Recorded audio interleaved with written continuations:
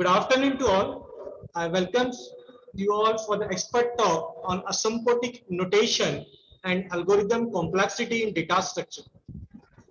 I heartily welcome today's expert speaker, Ms. Yogeshri Chaudhary Madam, Assistant Professor at KDK College of Engineering, Nagpur. First of all, I would like to thank Chaudhary Madam for accepting our invitation and being with us today in spite of her busy schedule. Thank you so much, madam. Today, I'm feeling very happy as I'm hosting the event for my mentor, guru, and guide. As I was the student of Chaudhary madam, she taught me many subjects during my graduations. And I'm here because of her support and valuable guidance. Thank you. One thing I need to share with you all, madam is having the vast experience of C programming and data structure. And my interest of area is also programming and data structure, as I'm teaching the same subject from inception of my teaching. So today's topic is very much important because you will ask many questions in GATE examination and in technical interviews.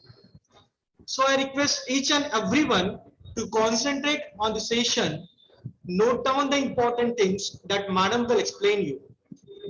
Now, talking about the today's speaker, Professor Yogeshri Chaudhary Madam, currently working as an assistant professor at KDK College of Engineering, Nagpur.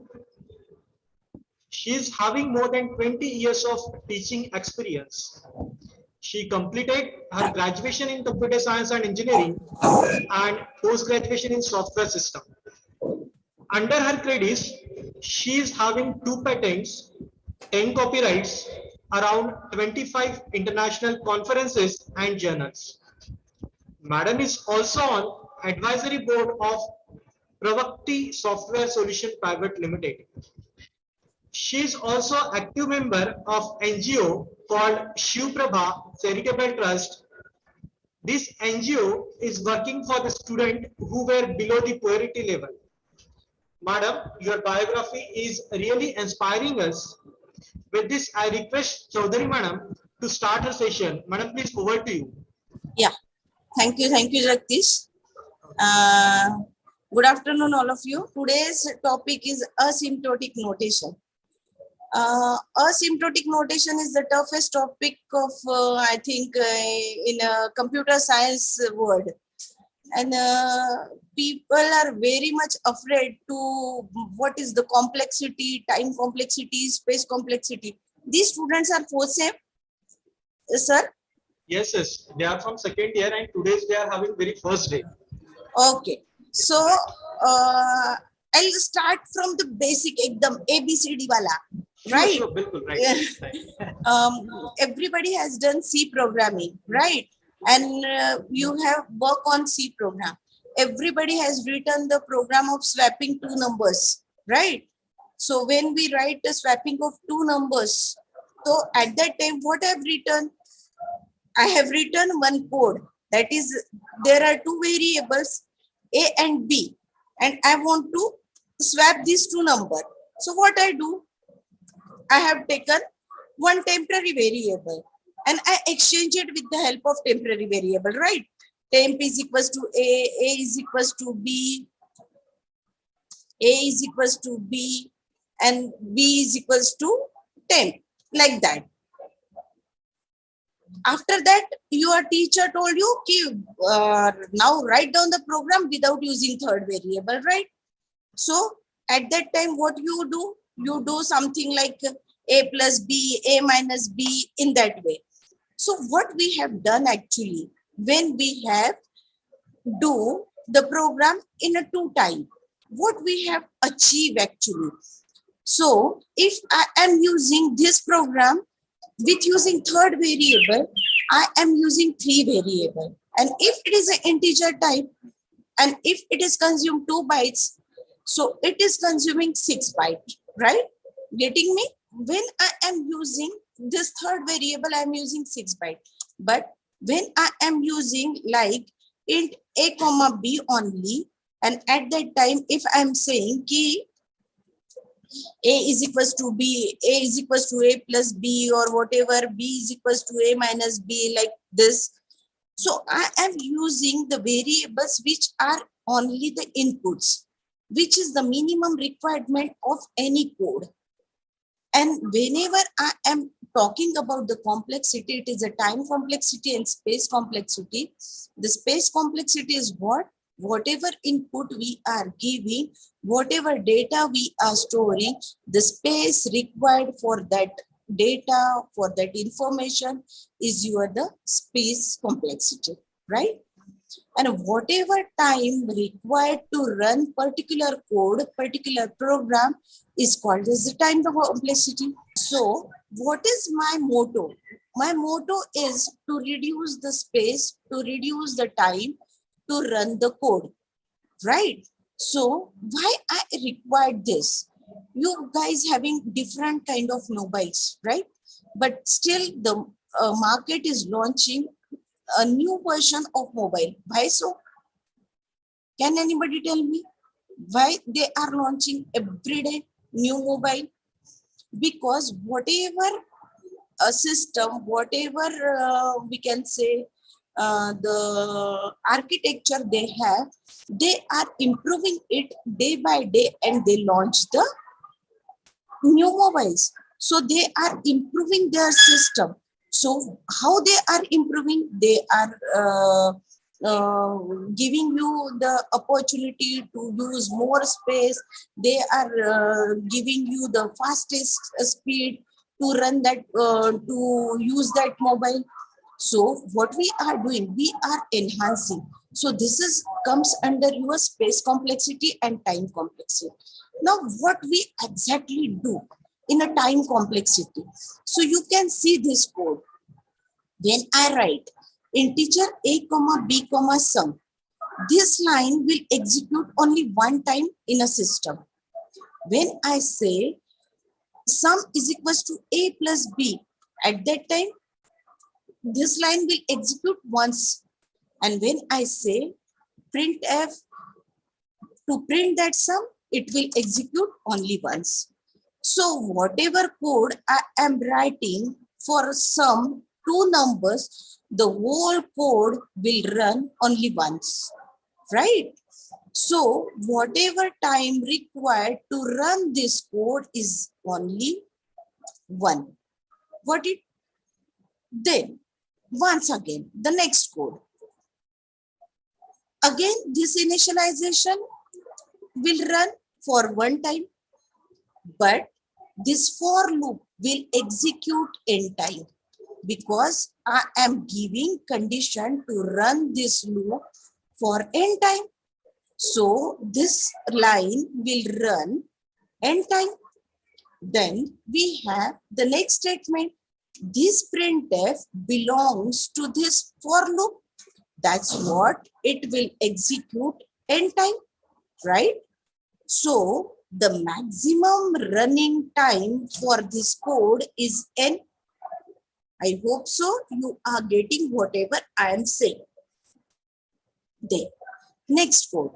Now in this code, once again, this line will run for one time.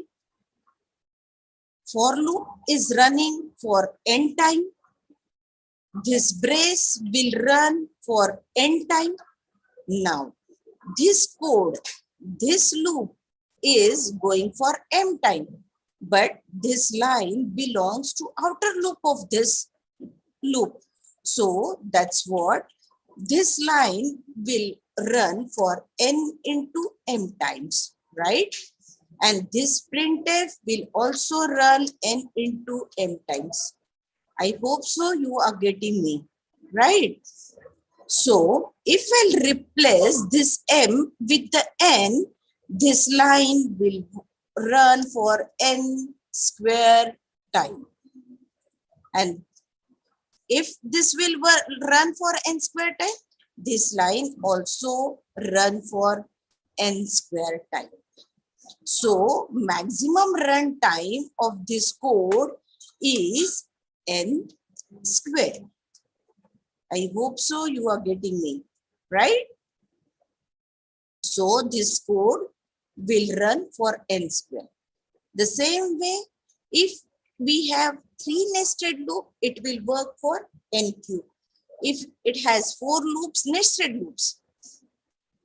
Now this code, this is having also 2 loops, but these 2 loops are not the less nested loops. They are individual loop, means this code, this line is working for n times, this line is running for n times, this line is running for m time, and this line is running for m time. If this m is replaced by n, then the whole program runs for n time. See, there is difference between this code and this code. This is the separate loop. That's what they are working separately. That's what it is n. And there are 2 nested loops. That's what it is n square. There is a single loop. That's what it is n. And there is no loop. That's what it is a one time. Now, why I am telling you these things? Why I am telling you that this line is running for this time, this line is running for this time? Why I am telling you? So, in the world of computer, we have 3 notations. That is the big O notation, theta notation, and omega notation.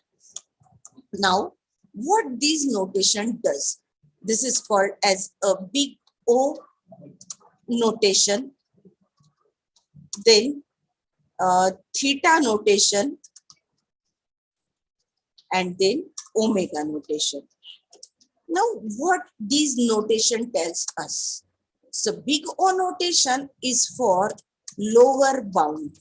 I'll tell you what is lower bound. Theta notation is for average, and omega notation is for upper bound. Now, what is this? What is meant by lower bound? Why I am saying lower bound? Why I am saying average case? Why I am saying omega notation? You can see here. There is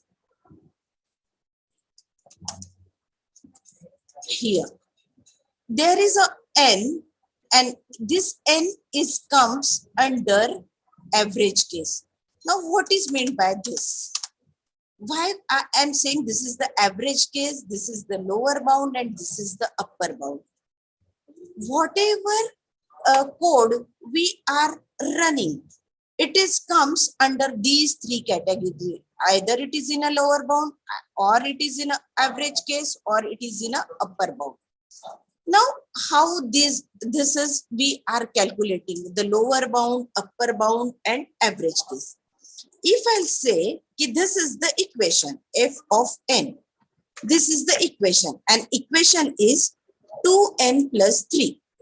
If I'll say, and suppose I want to compare this equation with some other value, then I'll say, suppose I'll say 2n plus 3 less than equal to 10n. Right? So, what I'll say in this case? Can anybody tell me? If I'll say 2n plus 3 less than equal to 10n. Suppose I'll put the value of n 1. So, what will be the left hand side? In the left hand side, we will get 5. Right? If suppose I'll put n is equals to 1. So, in the left hand side, we will get 5. And right hand side, we will get 10. Right? So, 5 is less than 10. Suppose if this is the case, then this equation goes under lower bound condition. Right? Getting me? Suppose I'll say 2n less than equal to 5n. Then it is in a average case because it is equals to. And if I'll say Okay, I'll tell you later on for upper bound. So this is your lower bound. So whatever function I am giving, if it is under, if it is less than whatever n we are giving, then it is goes to the lower bound, and that is your big O notation. Got it? Getting me whatever I am saying? Suppose I'll write 2n plus 3 less than equal to 2n square plus 3n square. So in this case also, the 2n plus 3 is less than 2n square, n square plus 3n square. If I'll say 2n plus 3 less than 5n square, then also your function is less than 2n plus 3. So whatever I am saying is the every value is less than given function, then all these function comes under category of lower bound, that is big O notation. I hope so कि everybody got it. So whatever value I have given here, you can see these values. So these all values, when if your function value is 1, log n, root n, then all values are less than n, and in that case we are saying that this is the lower bound, and if it is a lower bound, its notation is big O notation. Got it? So we can write like f of n is equals to O of n. F of n is equals to O of n. We can say like f of n is equals to O of n square. We can say like this: if this function lies lower than the given function, the whatever values we are giving, then it comes under big O notation. Got it? Everybody? I hope so. Everybody got it.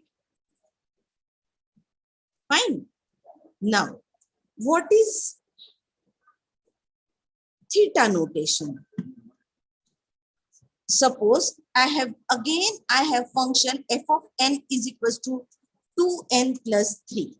Suppose I have this function.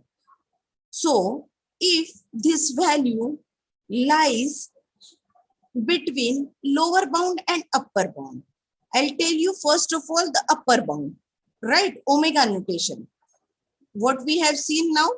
We have seen just now big O notation. Now, how omega notation works? So, omega notation is the whatever value we are giving, it goes to the greater than side. Means whatever values we are giving.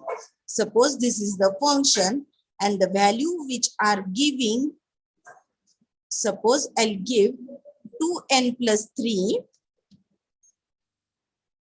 and the value I am giving, suppose 1n. Suppose this is the situation.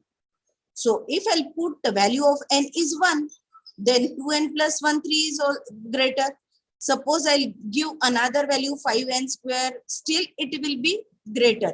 So it is called as the omega notation. The function which we are giving, it is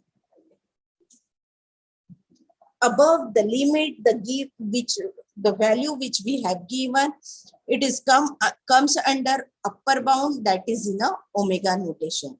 And whatever value which is sandwiched between this omega notation and this theta notation, big O notation, it is called as the theta notation, that is the average case. Getting me? What is the theta notation? What is the omega notation? What is the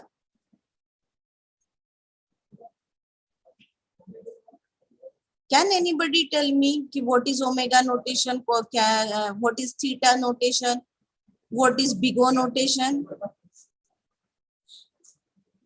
Can anybody tell me? Acha, can anybody at least write down ki, ma'am, we are getting it or not? Anyone? Or anyone having any query?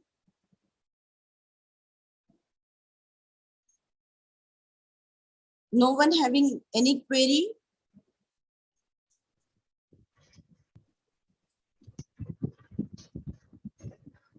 Yes, again, I Yes. request all the students, please at least put yes or no. If you're getting, so put yes. If you're not getting, say no. Or if you're having any sort of question, so write down your question on the chat box. Fine. I am telling you omega notation once again. See, whatever notations we have given here, right? Whatever functions I am giving, what I have given here, I have given some value over here, right? So suppose n is equals to 1. So 10 is always 2n plus 1. So it is always less than 10n. I think this everybody got it. Yes. In the case of omega notation, I'll give you the example. I'll give you the example. 2n plus 3, right? Just a second.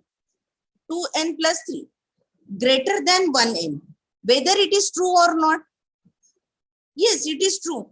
Means whatever function I have given, it is greater than the value I have given right now, right? So whatever value I am giving, if it is greater than the given function is greater than the whatever input I am giving, then it comes under your omega notation. Suppose once again, 2n plus 3, suppose I'll say greater than equal to log n. And whatever value I am giving of n, this value also I'll give over here, right? Yes or no? Yes or no? So if I'll give this, suppose I'll give 1, n is equals to 1. So what is the value of log 1? Log to the base 1? क्या आएगा? 1. But what will be the value of 2n plus 3? That is 5. So 5 is greater than log n. So where it goes? It will goes to the upper bound, right? See, log n in upper bound, right? This thing I'm explaining to you, no? Fine. So if I'll give any value, any input which is less than or my function is greater than the given value, then it will goes to the omega notation. Fine. I hope so ki you got the omega notation now. Yes or no? Okay. Then the average case. Suppose this 2n plus 3, right? This value, if it is less than equal to, suppose here is 1n and it is less than equal to 5n. So if I'll give the value of n is 1. So here what will be the value? 1. What will be the value of 2n plus 3? 5. And here the value is 5. So this value is between 1 to 5. So this function lies between lower bound and upper bound. And if it is so, then it is n. See, here is n. So if it lies between lower bound and upper bound, then it is your theta notation. That is your average case. Yes? Yes or no? So that's what we are saying. The function, if it is lies between lower bound and upper bound, then it is the theta notation. That is the average case. Now I'll give you one example, and with that example I'll tell you how it comes under big O notation, that is O of n or O of 1. See, this is constant, whatever I have explained you. This line will go one time. So this is O of 1 notation. It always works for, it always runs for only single time, right? Every line will scan the compiler and will run only one time. And that's what it is, a constant running time. And if it is a constant running time, we will represent it by O, and O of 1 is the running time of this code. Got it? In this code, I already told you this time this line will work for 1. This line will run for n time. This line will run for n time. So the whole code will run n time. So I can write O of n, right? Here we can write O of n square, right? Here I can write O of n. Now when I should write O of O, when should I write theta and when should I write omega, right? Madam has written everywhere O of n square, O of 1. So whatever values I'll give this code, and if it is the function I have given, suppose my expected output is 5, and whatever values I'll give to this code, and if it is less than that value, then I'll write O. If it is greater than that value, then it will be omega. And if I'll find the value which I've given is between lower and upper bound, in that case, it is a theta notation. In this semester, you are going to learn one subject, the subject that is the data structure and programming design, and where you will have one algorithm, that is the binary search. In short, I'll explain this binary search. In a searching technique, what we do, we are searching the elements. The first criteria, or first we can say condition for the binary search is the list should be sorted list. So suppose we have list like this. Fine. Now I want to search 33. Where I'll get the 33? Suppose I'll say low to 11 and high to 55.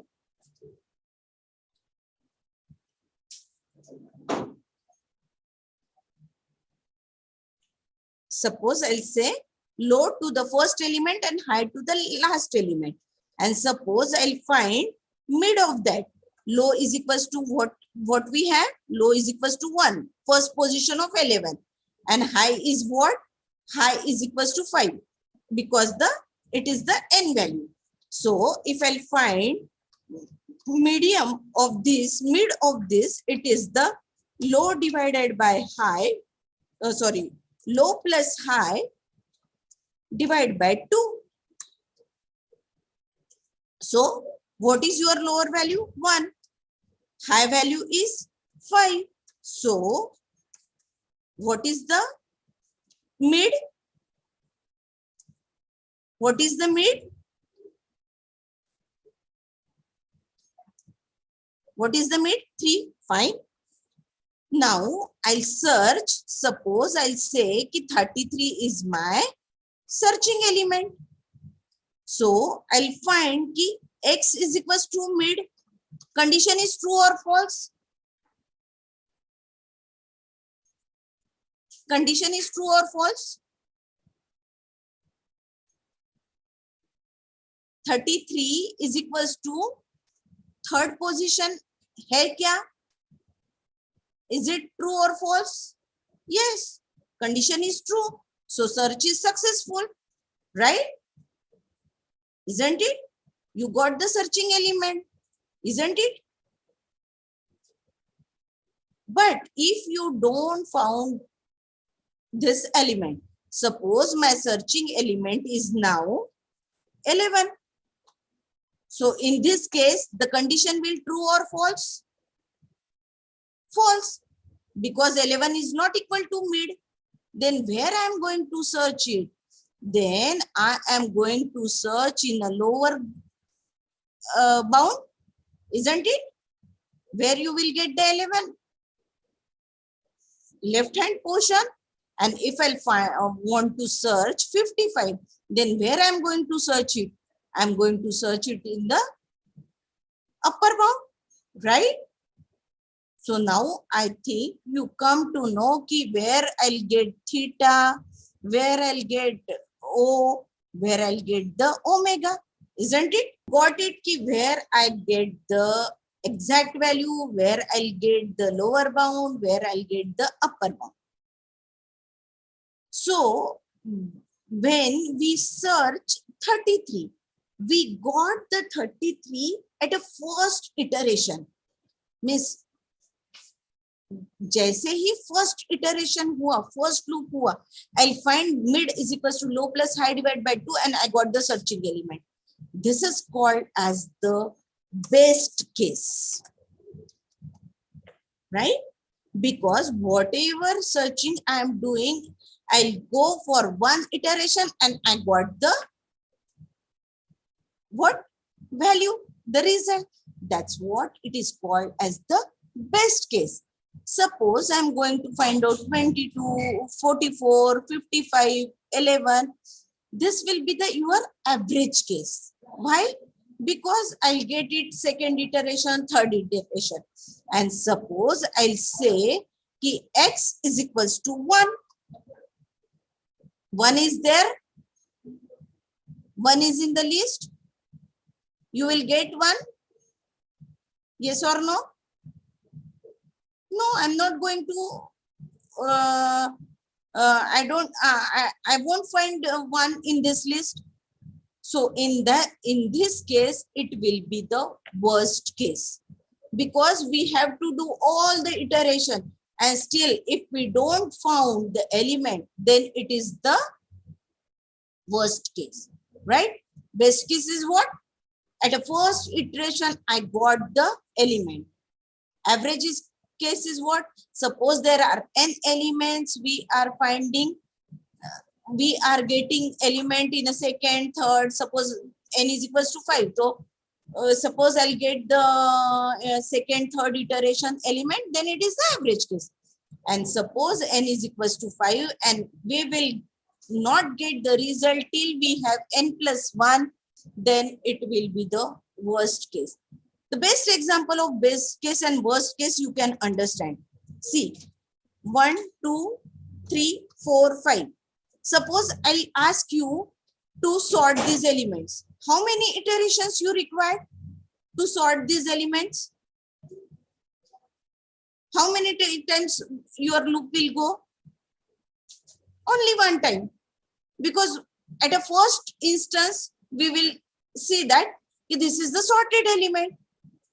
Suppose I'll give 1, 3, 2, 4, 5. There is only one change. So it will be your average case. And if I say, I need to sort every time because these are totally in a descending order, right? So I need to sort n minus 1 time. Suppose it is the n is equals to 5. So in a first case, it is best case, I'll run only one time. So it is the best case. In this case, it is going to run 3 times, suppose. Then it is the average case. But in this case, you have to run n minus 1 time, 4 times. Then it is your worst case. Get it me? What is best case? What is average case? What is worst case? Anyone having any query? Its bigger notation is what? Lower bound. See, I have given function this 2n plus 3 and I am giving now value this. I have this function already with me, right? 2n plus 3. And now I have given the value 10n. Fine. So if I put n is equals to 1, so left hand में क्या आएगा? 2 into 1, 1 plus 3, that is 5. And 10 into 1 is 10. So 5 is less than 10, right? Got it? So whatever value I have given, it is greater than the given function. Means our given function is less than the input I have given. So if our function is less than the value which I have given, the input I have given, then it goes to the big O notation. Got it? I think there are no more questions, madam. Right? Yes, sir. Yes, sir. Yes, So sir. we can wind up the session. Okay. Okay, so thank you so much, madam, for your words of wisdom and knowledge shared with us. Thank Really, you. the session was very much informative and interesting. Hope all the participants have enjoyed the session and learned a lot many new things. Once again, thank you. So Thank here you. we will conclude the session. Thank you, one and all. Thank you. Have a nice Thank time you. ahead. Thank Thank you you. so Thank much, you, madam. sir. Thank you. Thank you. Okay.